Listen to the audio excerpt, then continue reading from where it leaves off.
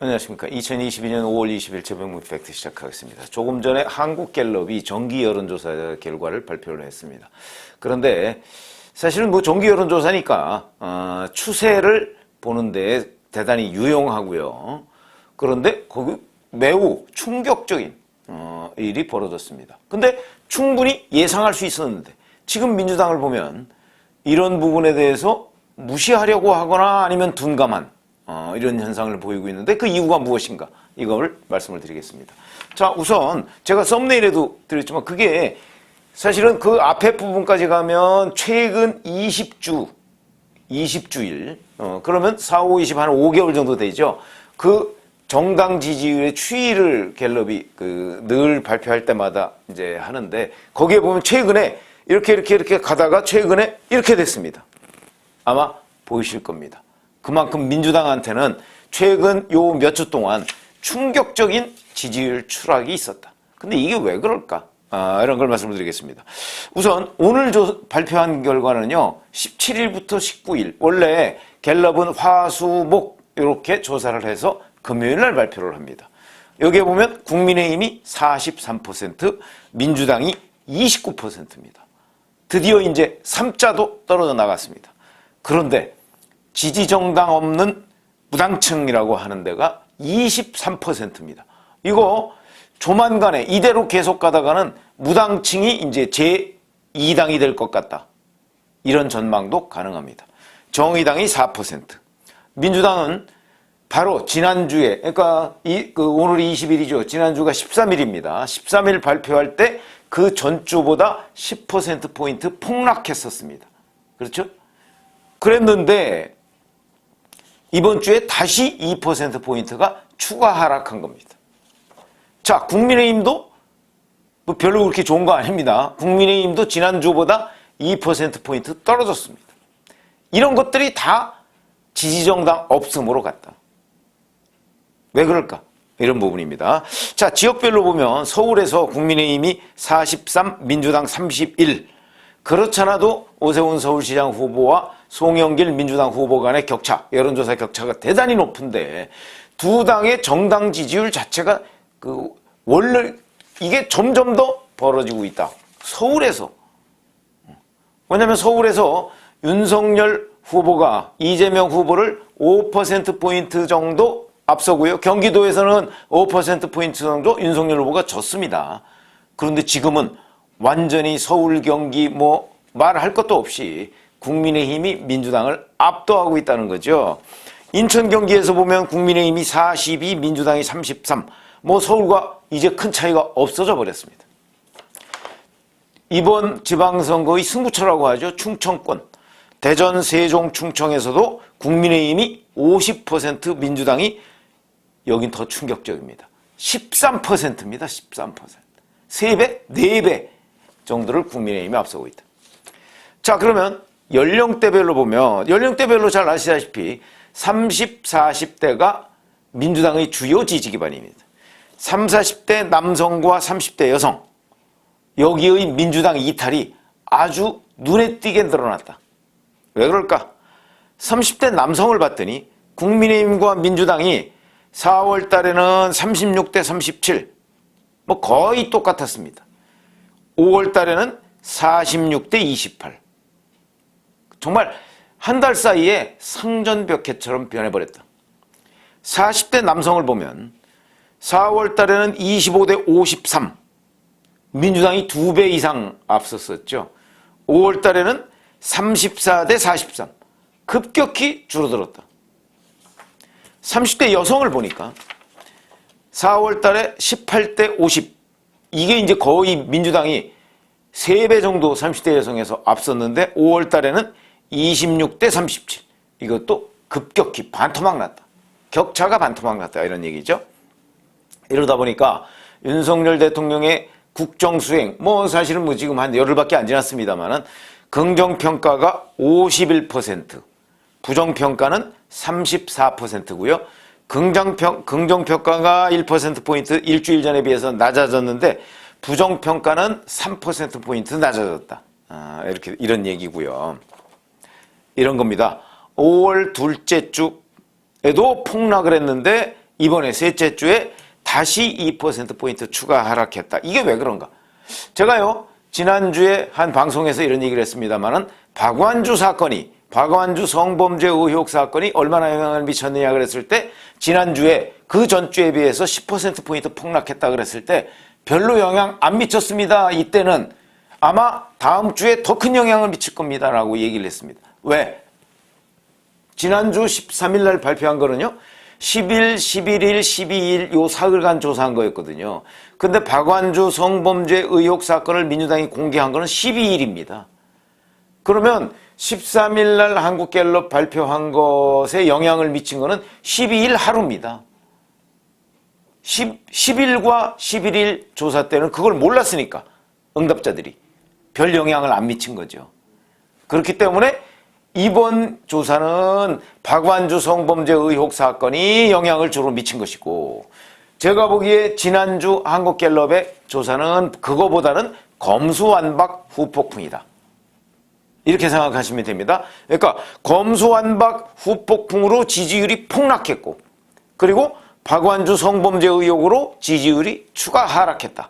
그런데 검수완박은 전국적으로 지지율 하락에 영향을 미쳤고, 박완주 성범죄 의혹은 박완주 의원이 충남 천안 을리 지역구입니다. 그러니까 충청권 중심으로 심각한 영향을 미쳤을 뿐 다른 지역에는 그렇게 아주 심각한 정도는 아니다. 이렇게 말씀드릴 수 있는 것이, 검수완박 후폭풍은 무려 일주일 사이에 10%포인트 민주당의 지지율을 끌어내렸습니다. 이건 뭐 전국적인 영향이 있었던 거죠. 그런데 검수완박 이후에 일주일 사이에 박완주 성범죄 의혹은 아까 제가 말씀드렸죠. 대전, 세종, 충청에서만 국민의힘이 50%, 민주당이 13%였습니다. 이거는 대전, 세종, 충청에 집중적인 영향을 미친 거다. 박완주 사건은. 이렇게 말씀을 드릴 수가 있겠습니다. 자, 이런 걸 보면 결국은 검수완박 원 스트레이트, 그 다음에 박완주 성범죄 의혹 투 스트레이트, 이걸 막고 지금 민주당이 거의 그러기 상태가 됐다. 이렇게 말씀을 드릴 수가 있는데, 자, 그런데 박완주 성범죄 의혹 사건은 지금 국민의힘에서 효과적으로 민주당을 사실은 공략하지 못하고 있습니다. 민주당이 꼬리 자르기를 한 거죠.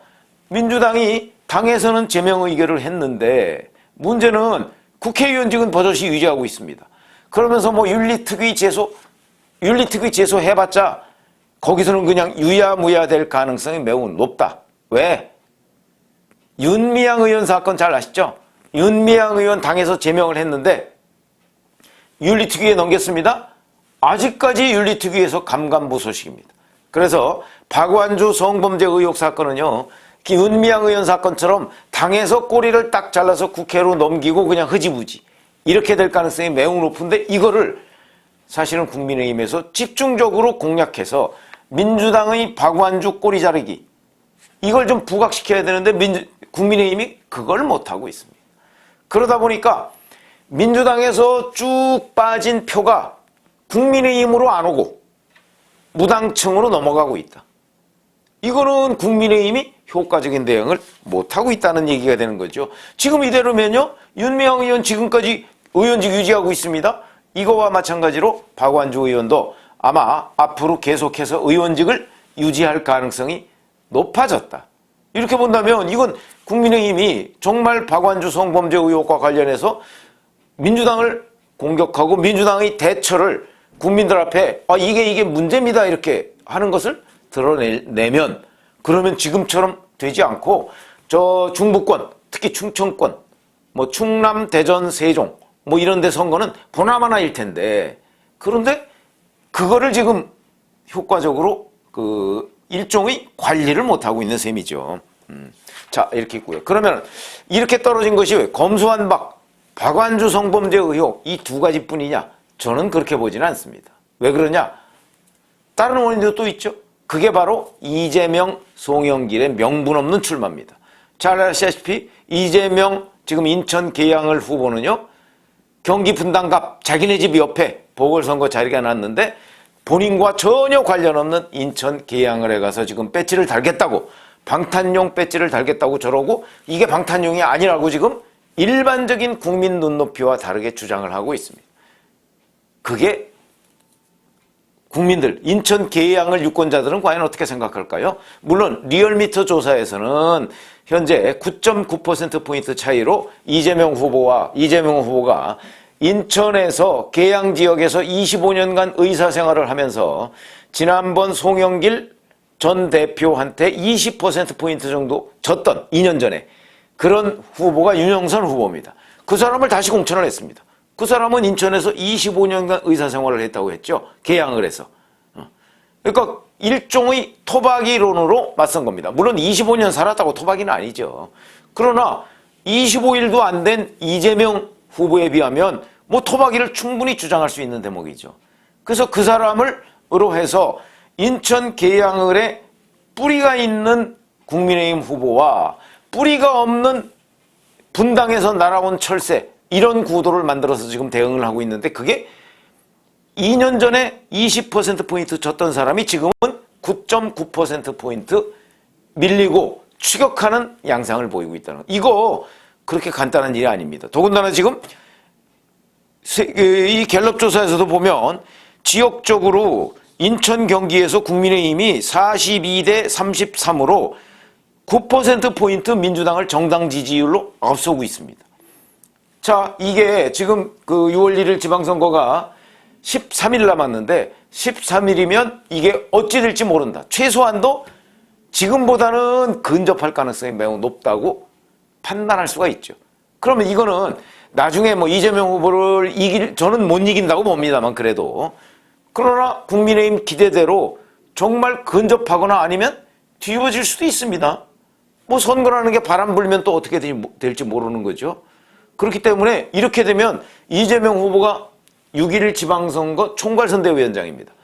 그래서 본인도 왜 인천 계양을을 선택했느냐 했을 때 전국적인 선거 지원을 위해서다. 무슨 얘기냐면 그래서 자기는 땅 짓고 헤엄칠 보궐선거 지역에 나갔다. 이런 의미로 보이는데 지금 이제 본인이 인천 계양을에 묶여 있어야 될 형편이다. 이제 다른 지역에 갔다가는 인천 계양을도 위험해질 수 있다. 이렇게 지금 적신호가 들어온 겁니다. 저는 충분히 적신호를 느낄 수 있다라고 얘기해서 제가 오늘 오전에 유튜브를 그런 걸 해드렸었죠. 그러니까 왜 지방선거인데 이게 지방선거 선대위 출범식을 각 지역 선대위 출범식을 왜 인천부터 하느냐. 그리고 그게 왜 인천에 박남춘 시장 후보가 있는데 계양을 해서 하느냐. 이건 역시 이재명이 나부터 살고 보자. 이거 아니겠는가. 제가 그렇게 말씀을 드렸는데 그것처럼 이재명 후보는 이제 인천 계양을을 벗어나기가 굉장히 어려운 국면이 됐다. 이제 남 지원할 상황이 아닙니다. 그런 것들을 바로 이 갤럽 조사가 보여주고 있다는 거죠. 그런데 그 전부터 이미 이재명과 송영길은 명분 없는 출발을 한 겁니다. 아니 인천에서 국회의원 배지를 단 사람이 그걸 버리고 서울시장 후보로 나온다? 이게 얼마나 명분 없는 짓입니까? 더군다나 586 용태론을 주장했던 사람이 본인은 대선 끝나고 대선 패배의 책임이 가장 큰 사람과 그 다음에 두 번째로 큰 사람이 한두 달 만에 나 출마할래요. 유권자들한테 이렇게 얘기하니까 명분이 없다. 이런 것이고요.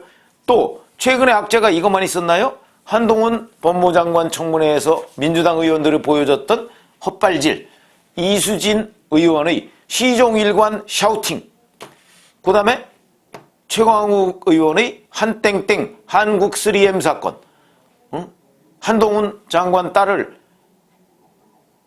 이름이 국3M인 것처럼 얘기해서 망신당하고 김남국 의원 거기에서 뭐 이모 씨와 이모를 구분 못하는 발언 뭐 이런 것들에서 이 코미디를 만들었죠. 이 헛발질 이런 것들에다가 저는 하나를 더 꼽습니다. 그건 무슨 얘기냐면 이 사람들이 과거처럼 뭐 이렇게 그냥 내로남불 이런 형국이 돼도 사실은 자기네들이 여당일 때는 KBS, MBC 그 다음에 일반 뭐 이런 데에서도 여당을 무시할 수가 없죠.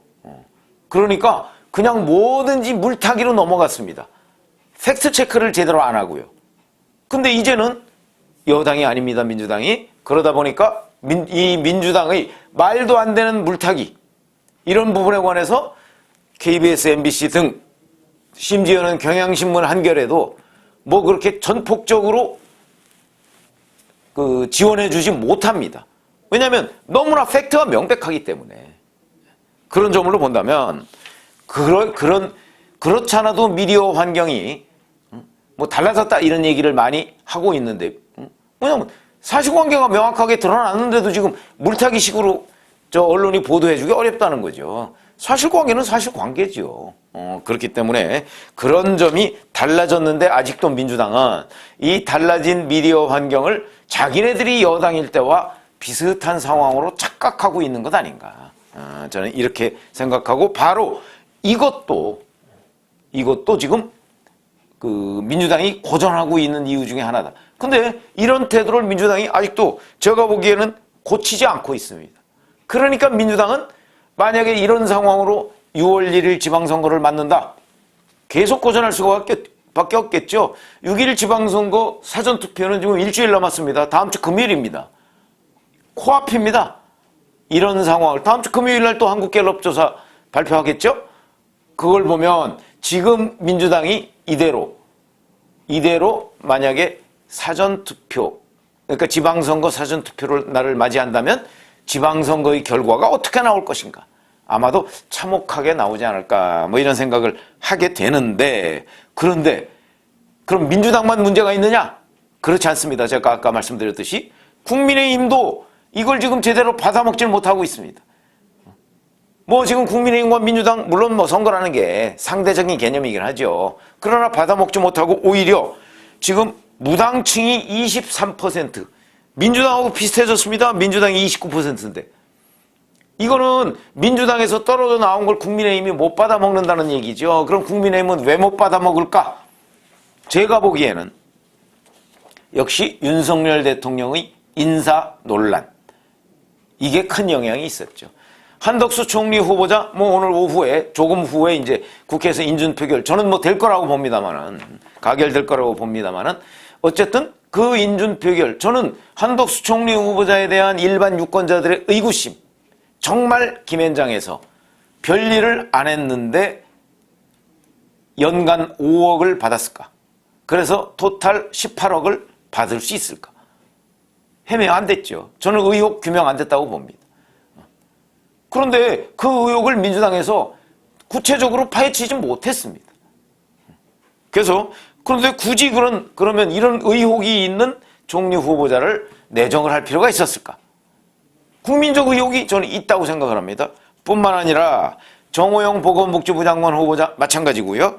그 다음에 박완주 성범죄 의혹 사건, 그것이 저는 검수완박 후폭풍에 못 미친 이유가, 지지율 하락에, 바로 윤재순 대통령실 총무비서관의 과거 성희롱 징계, 경고 이런 것 때문이라고 생각을 합니다. 우리가 한덕수, 정호영, 윤재순, 만약 이런 게 없었다고 한번 생각을 해보시죠.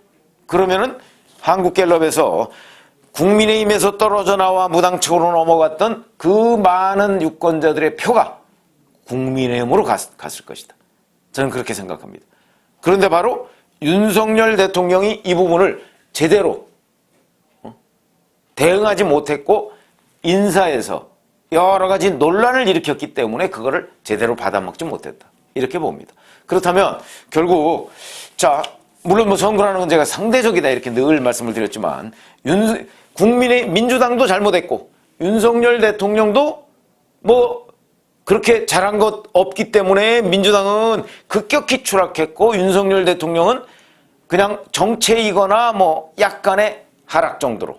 그러니까 이 차이가 지금 굉장히 커 보이는 개념이죠. 그러면 앞으로 13일 남았다고 그랬습니다. 지방선거가. 그리고 사전투표는 지금 일주일 정도 남았고요. 이 기간 동안에 누군가는 반전을 모색해야 되는데, 뭐 오늘 한덕수 총리 후보자 인준표결, 이게 만약에 가결된다면 뭐 국민의힘에 더욱더 힘이 실릴 것이고, 부결돼도 저는 국민의힘으로서는 별로 미칠 것 없다 이렇게 생각을 합니다. 왜? 민주당의 발목 잡기 프레임에 유권자들이 또 상당히 공감을 할 것이기 때문에. 그렇게 본다면 지금 남은 거 이제 민주당이 정말 개과천선을 하느냐 이것만 남았는데 지금 민주당 하는 태도를 봐서는 그렇지 않다. 이런 관점에서 본다면 민주당의 하락, 글쎄요. 지금보다 이 반등을, 그러니까 바닥을 치고 올라갈 가능성은 저는 없다고 봅니다. 그러려면 민주당이 태도를 완전히 바꿔야 되는 거죠. 근데 민주당 태도 지금 그렇지 않습니다. 이 하락의 끝이 과연 어디인가, 바닥이 어디인가 하는 부분이 새삼 궁금해진다. 이런 말씀을 드립니다. 고맙습니다.